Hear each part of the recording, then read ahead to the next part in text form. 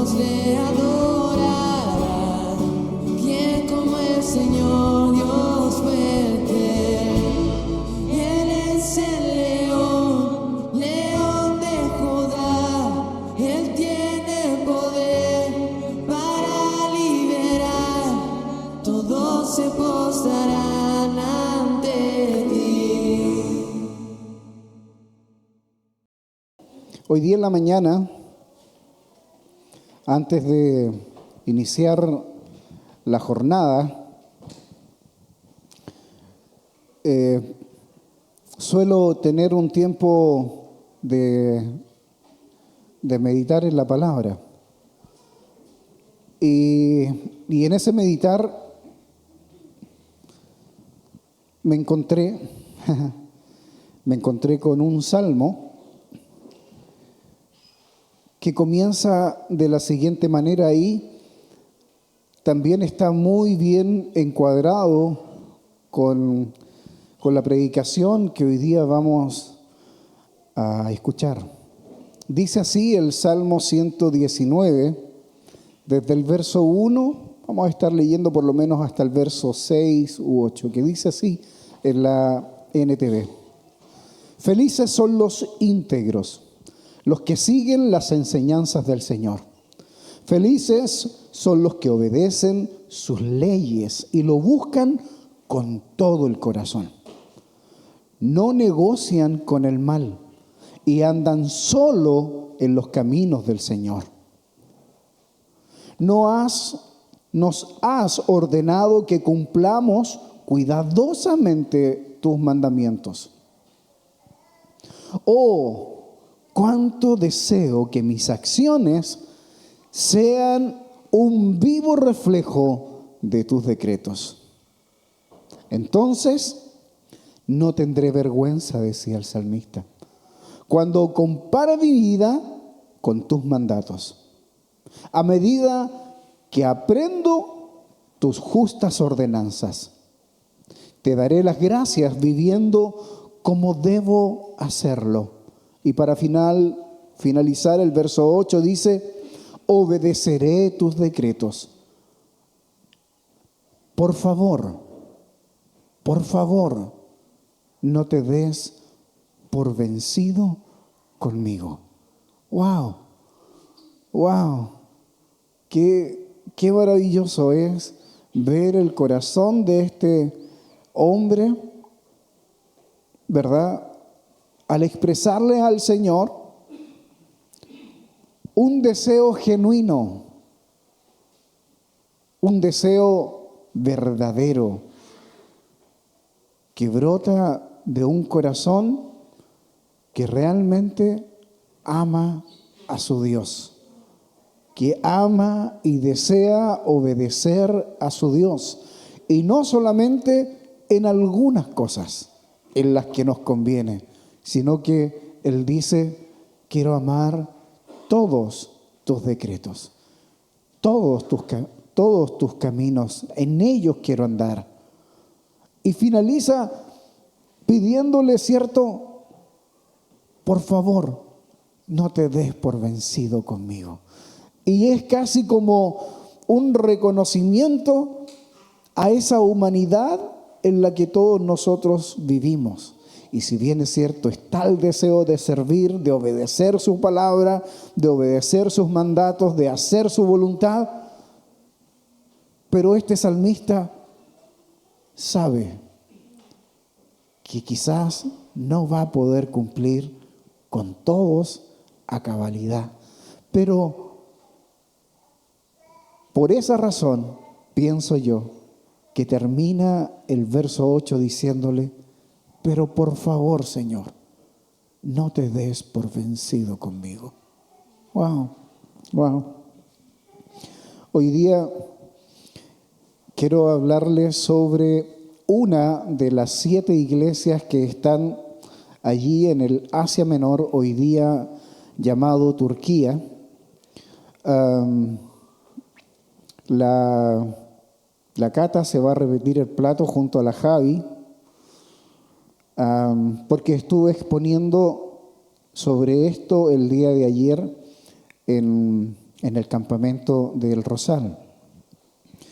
Y hoy quiero hablar solamente de una de estas iglesias y quizás voy a hacer una seguidilla de estudios porque de verdad es una enseñanza que no es solamente una enseñanza histórica, no es algo que ocurrió en el pasado y que está allí para que nosotros podamos leerla simplemente, sino que el mensaje a las 7 iglesias que están en el Apocalipsis, en el libro de Apocalipsis, están también dadas para nuestro tiempo.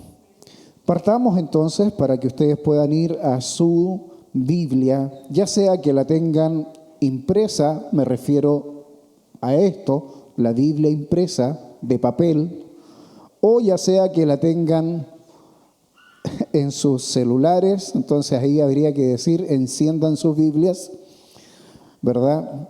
O cuando salga la proyección, ¿cierto?, de nuestro buen hermano Esteban, que está ahí en el audiovisual. Oigamos lo que el Espíritu dice a la iglesia de Éfeso. Ese es el título. Oigamos lo que el Espíritu dice a la iglesia de Éfeso. Apocalipsis 2, del verso 1 en adelante.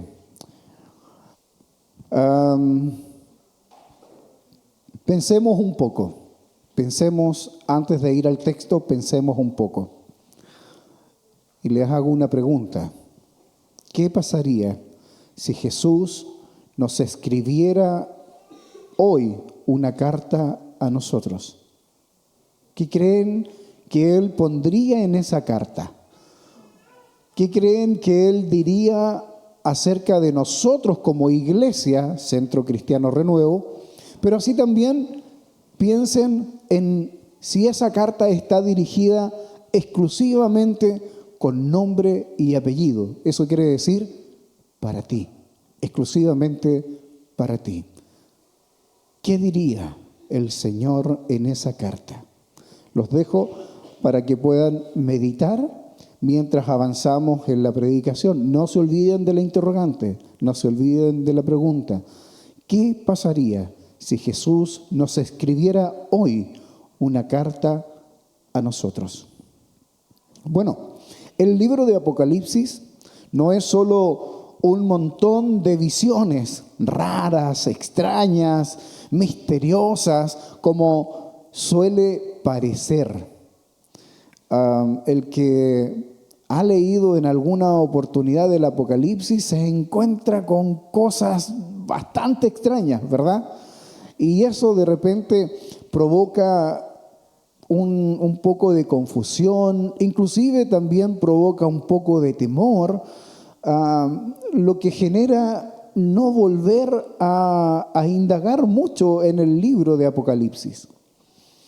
Pero sí hay algo que es cierto y algo que logré entender en los estudios que yo también estoy realizando, es que el libro del Apocalipsis está más bien cargado, ¿saben de qué?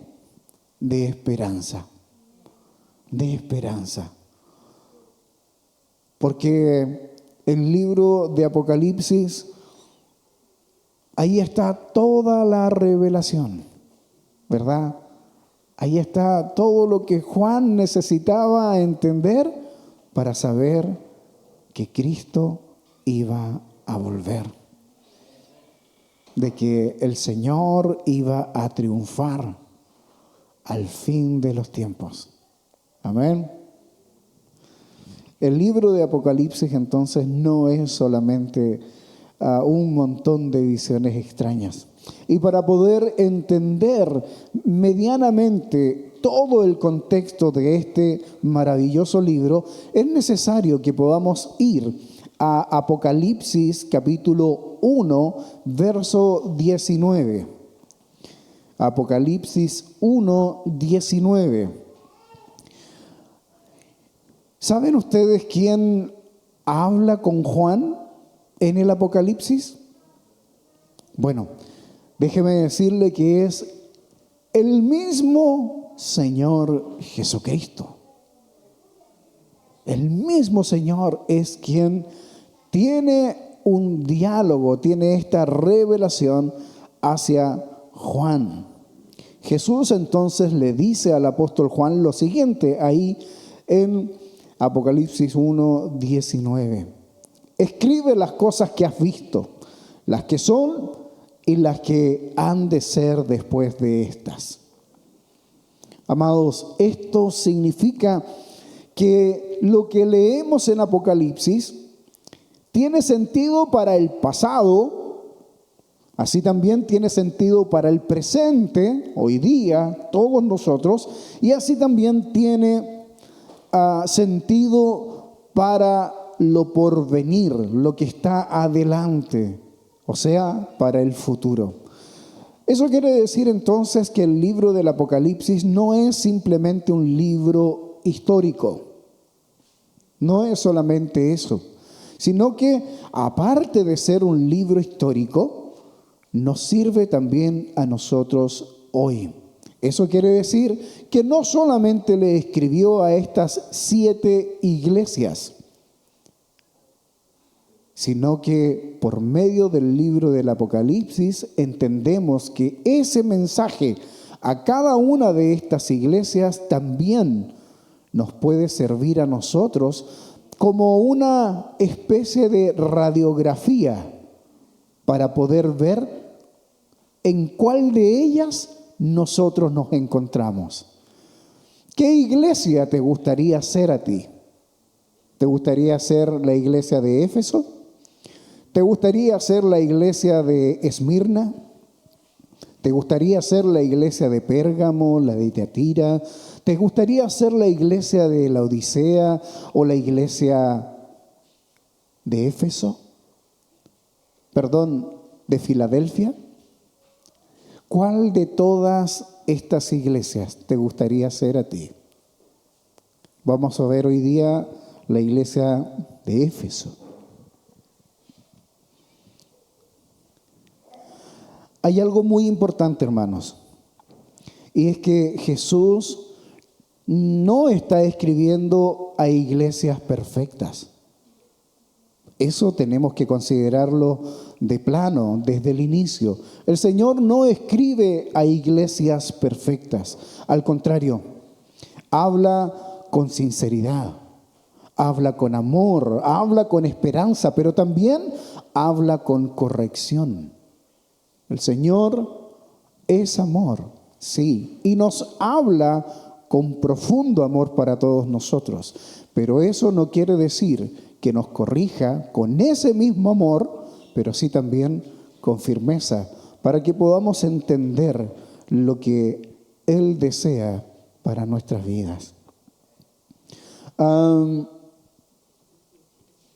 Imaginemos por un momento lo siguiente. Si Jesús escribiera hoy a nuestra iglesia, ¿se recuerdan de la primera pregunta? ¿Van desarrollando ya la pregunta que les planteé o me están siguiendo a mí nomás la idea?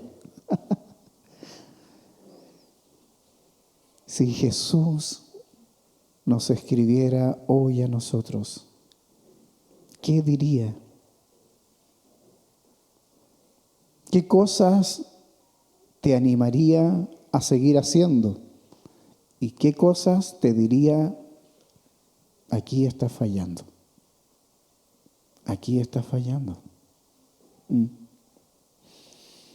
Éfeso. Cuando el amor por Dios se enfría. Apocalipsis capítulo 2, del verso 1 al 7 dice lo siguiente: escribe al ángel de la iglesia en Éfeso, el que tiene las 7 estrellas en su diestra, el que anda en medio de los 7 candeleros de oro, dice esto: yo conozco tus obras y tu arduo trabajo y paciencia, y que no puedes soportar a los malos, y has probado a los que se dicen ser apóstoles y no lo son. Y los has hallado mentirosos y has sufrido y has tenido paciencia y has trabajado arduamente por amor de mi nombre y no has desmayado. Pero tengo contra ti que has dejado tu primer amor. Recuerda, por tanto, de dónde has caído y arrepiéntete. Arrepiéntete y haz las primeras obras, pues si no, vendré pronto a ti, dice el Señor, y quitaré tu candelero de su lugar, y si no te hubieres arrepentido. Pero tienes esto,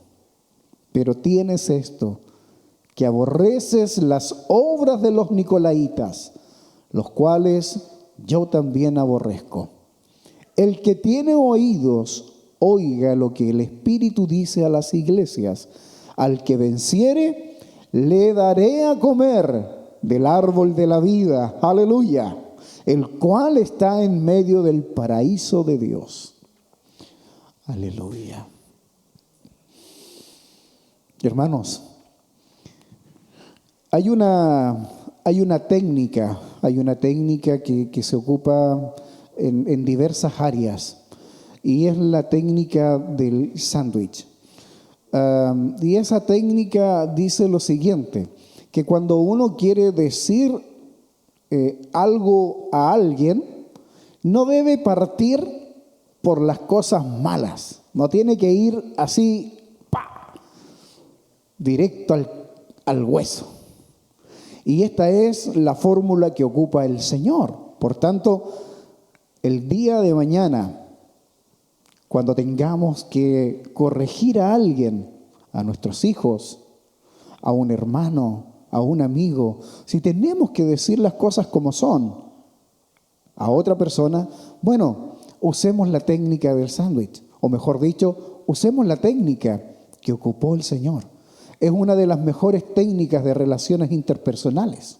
¿Sabían ustedes? Ahí está. Ahí está. ¿Por qué?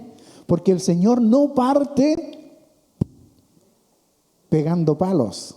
De buenas a primeras, no. El Señor no parte así. El Señor, ¿qué parte haciendo? Reconociendo lo positivo de aquella iglesia. Lo bueno que tenía aquella iglesia. Él dice, yo conozco tus obras. Yo conozco tus obras. Y no solo se queda allí, sino que continúa diciendo, y tu arduo trabajo y paciencia. ¡Wow!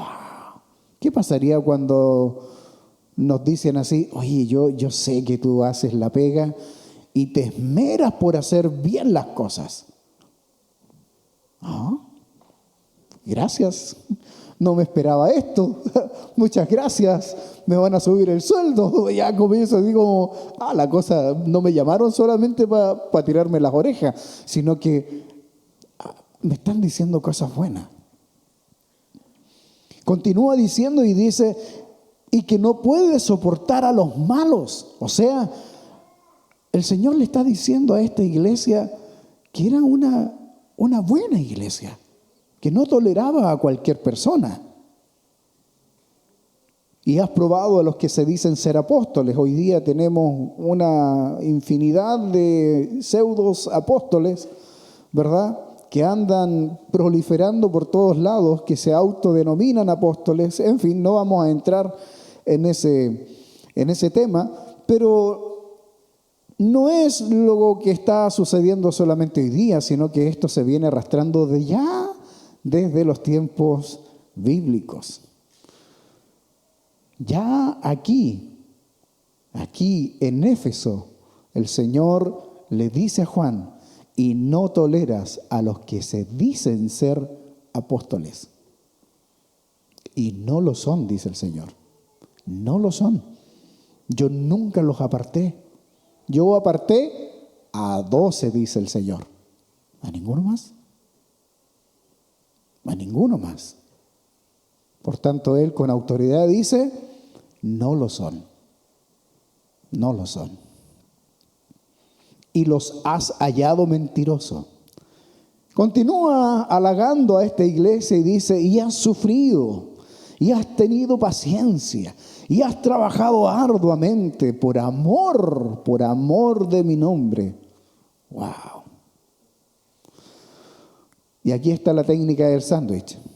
Comienza diciendo cosas buenas, ahora viene la dura, y termina con cosas buenas. Esa es la técnica del sándwich. Para que ustedes la tengan ahí en mente cuando tengan que corregir a un hijo, en fin, a cualquier persona. Esto sirve a todo evento. Esa es la forma.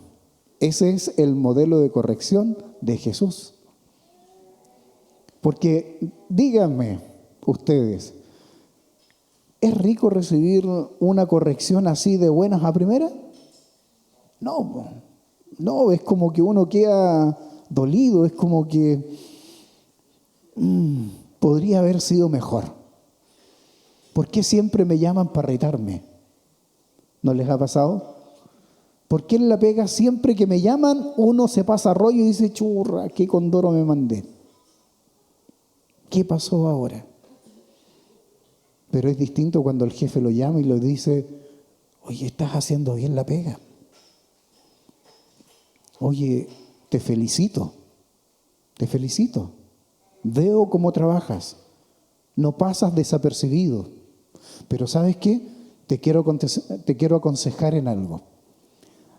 Esto otro, hazlo de esta manera. Es distinto, ¿no? Cambia la cosa. Ocupemos la técnica del Señor. Jesús le escribe a la iglesia de Éfeso, una ciudad muy importante en aquel entonces, un lugar lleno de comercio, lleno de religiones, de ideas nuevas. Era famosa por un templo enorme que ellos tenían y que estaba dedicado a la diosa Diana de los Efesios, o también conocida como la diosa Artemisa, que era muy adorada en toda la región.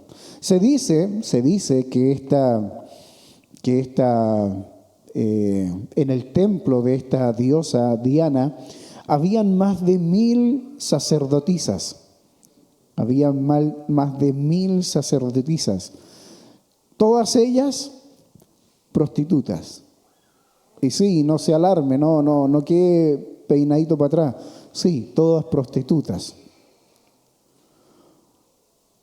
Y la ciudad era muy visitada por lo mismo, porque era una ciudad muy sucia,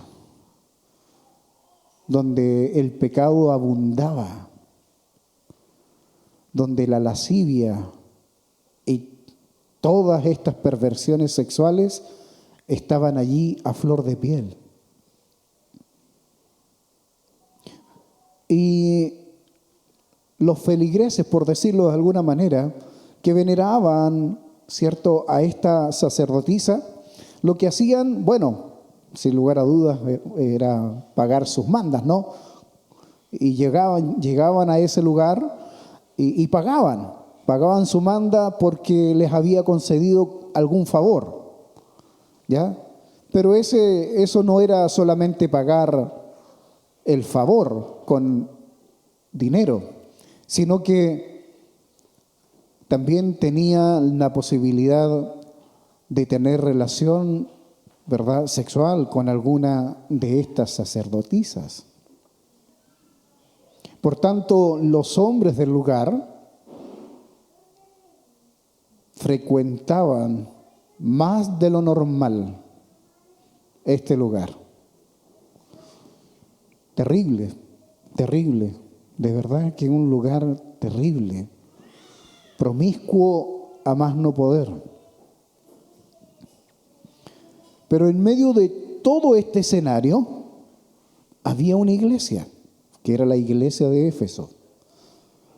En medio de todo eso había una comunidad que fue pastoreada por grandes siervos de Dios. ¿Saben ustedes quién fue el primer pastor de la iglesia en Éfeso? Ni más ni menos que el apóstol Pablo. Él fundó la iglesia en Éfeso. ¿Saben quién fue el segundo pastor de Éfeso? Su discípulo, Timoteo.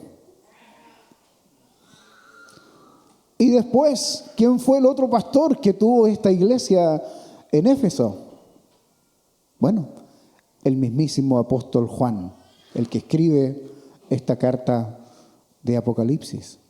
Solo por nombrar algunos.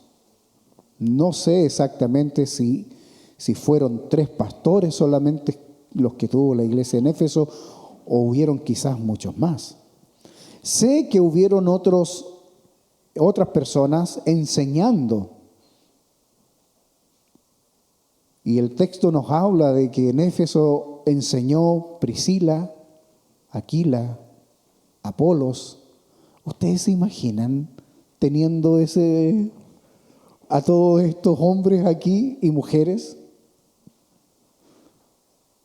¿Se imaginan teniendo al mismísimo apóstol Pablo, a Timoteo, a Juan, a Priscila, a Aquila, a Apolos, aquí predicando?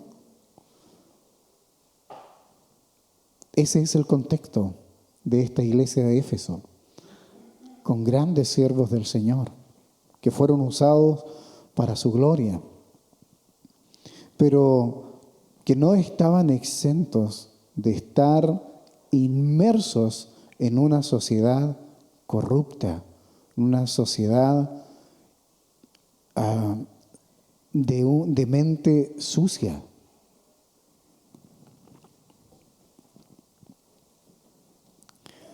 Lo bueno, vayamos por lo bueno. El Señor le dice que es una iglesia firme y trabajadora. Jesús empieza su carta diciendo algo hermoso. Yo conozco tus obras, tu arduo trabajo y paciencia, ¿verdad? Hermanos, es maravilloso saber que Jesús ve todo lo que hacemos. El Señor, recuerden, ¿cuál es uno de sus atributos? Omnisciente. Al Señor no lo podemos hacer leso. Él sabe todo lo que tú haces. Todo.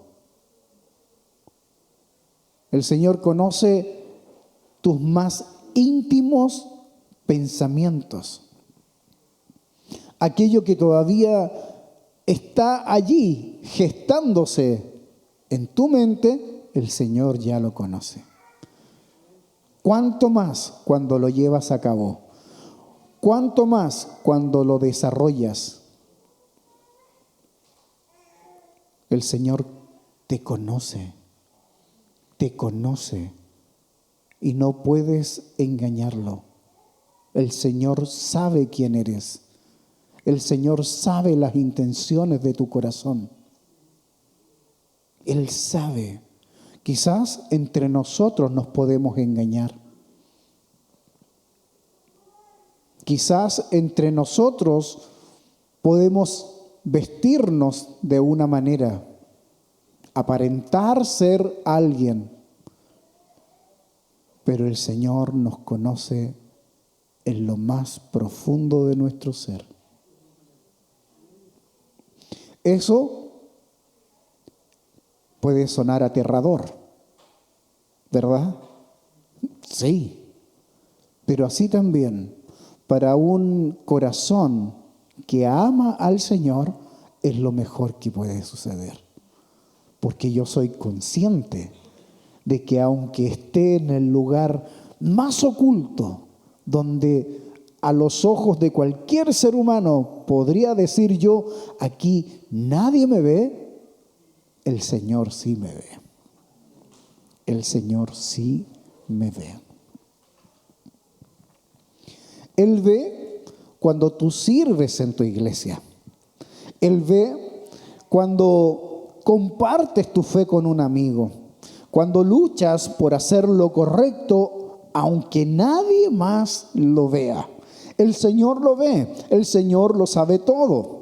La iglesia de Éfeso no toleraba a los falsos maestros.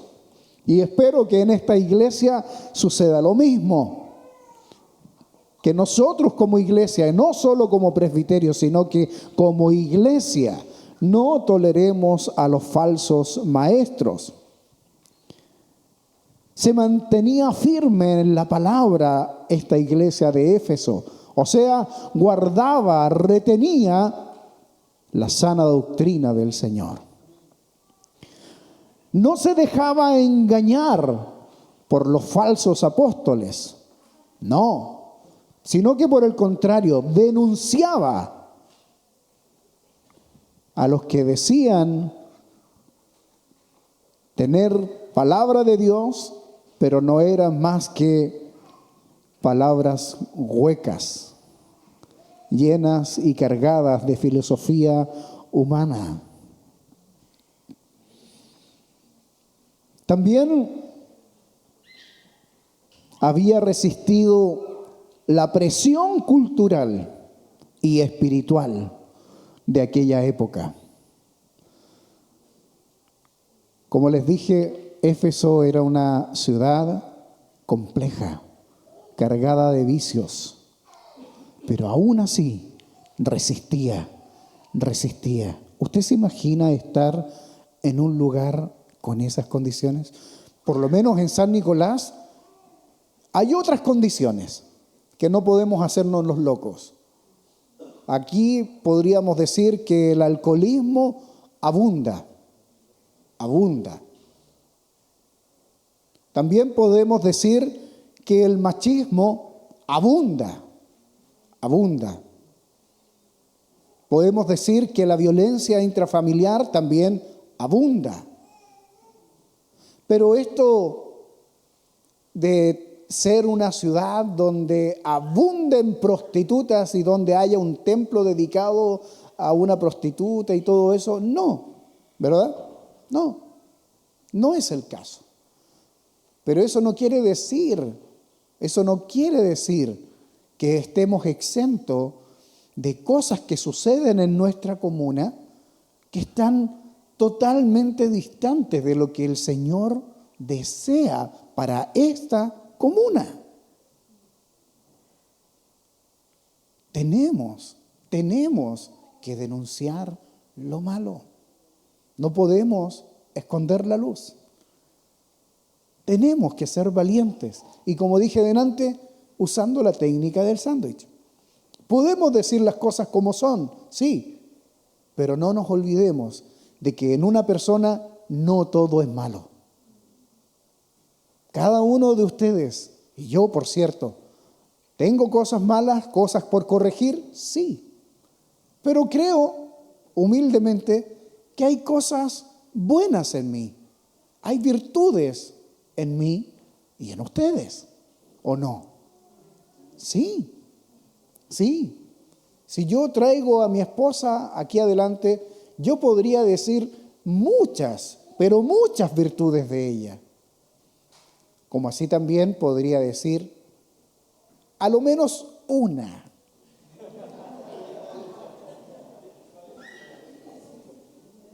Una nomás, para que no vamos a poner pesado. Porque aquí también el Señor le dijo una nomás. Le dijo varias cosas buenas, pero le dijo una mala nomás. Sí. Ahora, si hacemos un cambio de roles y es ella la que tiene que decir a mí, mejor no hagamos ese ejercicio.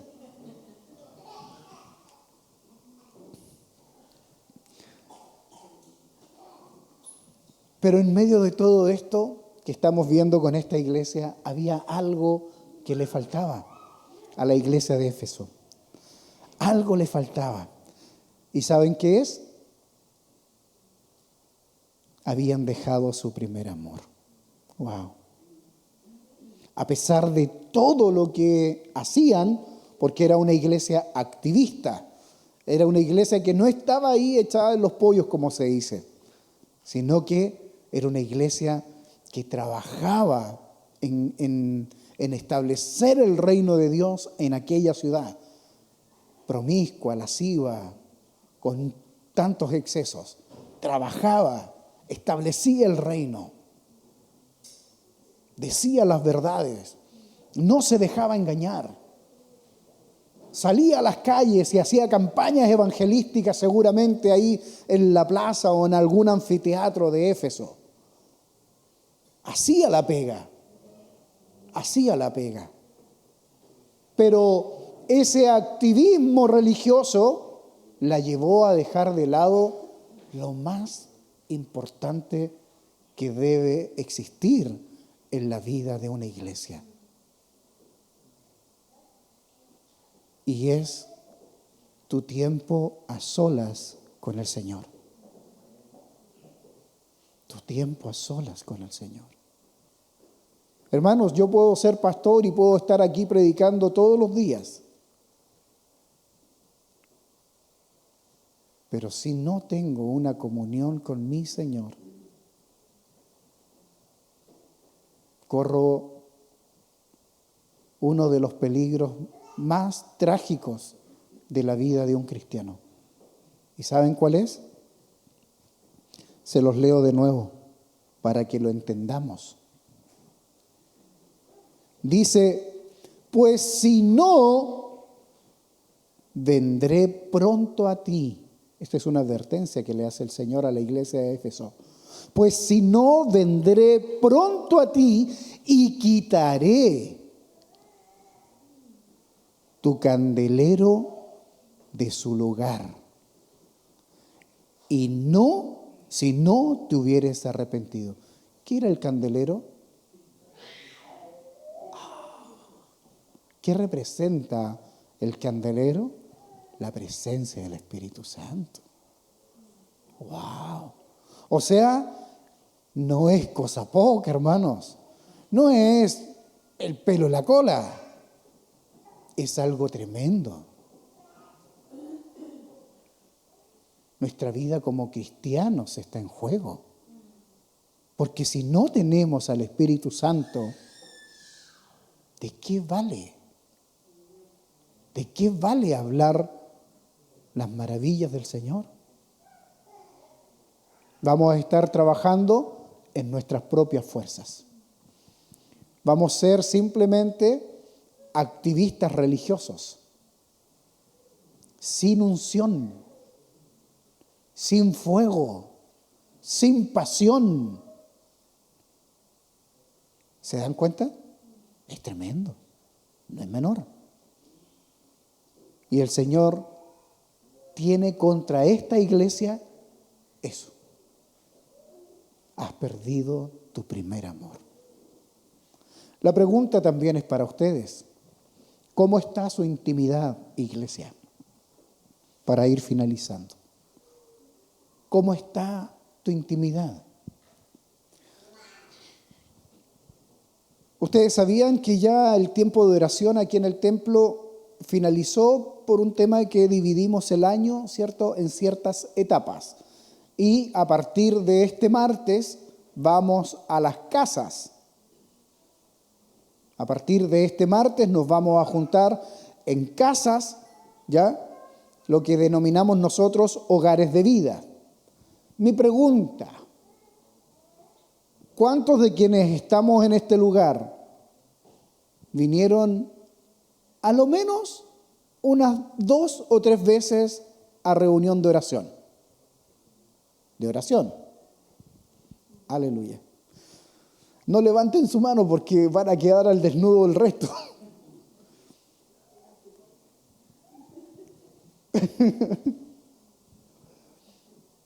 Pero es importante orar, hermanos. O sea, yo creo que si digo es importante orar, aún me quedo corto. Es lo más importante. Es lo más importante. Mi comunión con el Señor es lo más importante. Más que predicar, más que salir a la calle, más que hacer cualquier otra cosa.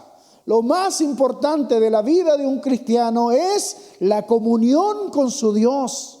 Es la comunión íntima y genuina que nosotros podemos tener con Él. Si no hay amor, de nada sirve. Y esa intimidad que tenemos con el Señor se refleja para con mi prójimo.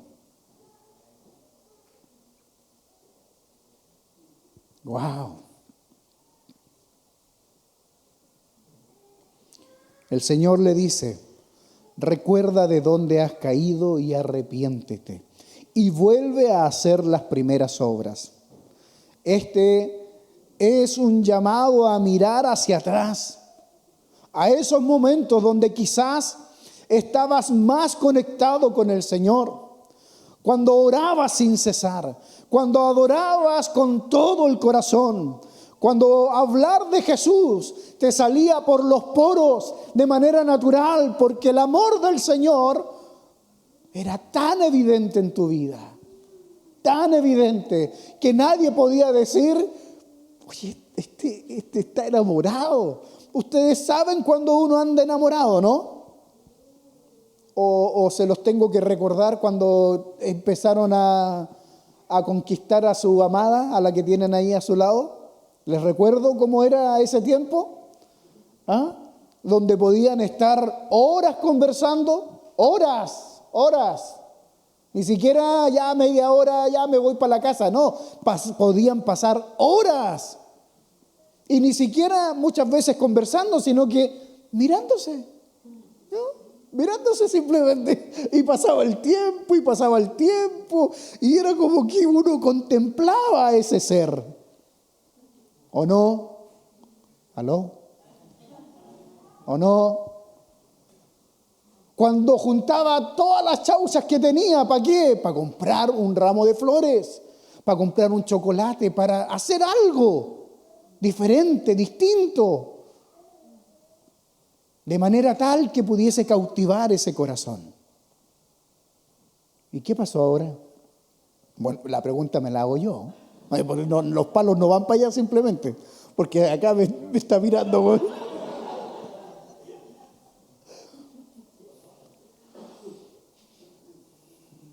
¿Qué pasó con ese tiempo? ¿Qué pasó? Volvamos. La palabra nos está diciendo, volvamos al primer amor. Volvamos a ese primer amor, hermanos. Con el Señor primeramente, sí, con el Señor. Pero recuerden que si ese primer amor está activo, está fervoroso con el Señor, va a ser inevitable que ese primer amor con su Señor también se refleje con quienes están a su alrededor. Así que, hermanas, prepárense para comenzar a experimentar un avivamiento en sus matrimonios. ¡Aleluya! Van a empezar nuevamente a llegar chocolates, flores, citas. Salgamos a caminar juntos, no dejemos a los críos en la casa. Dejémoslos ahí con la abuelita. ¡Amén! ¡Aleluya!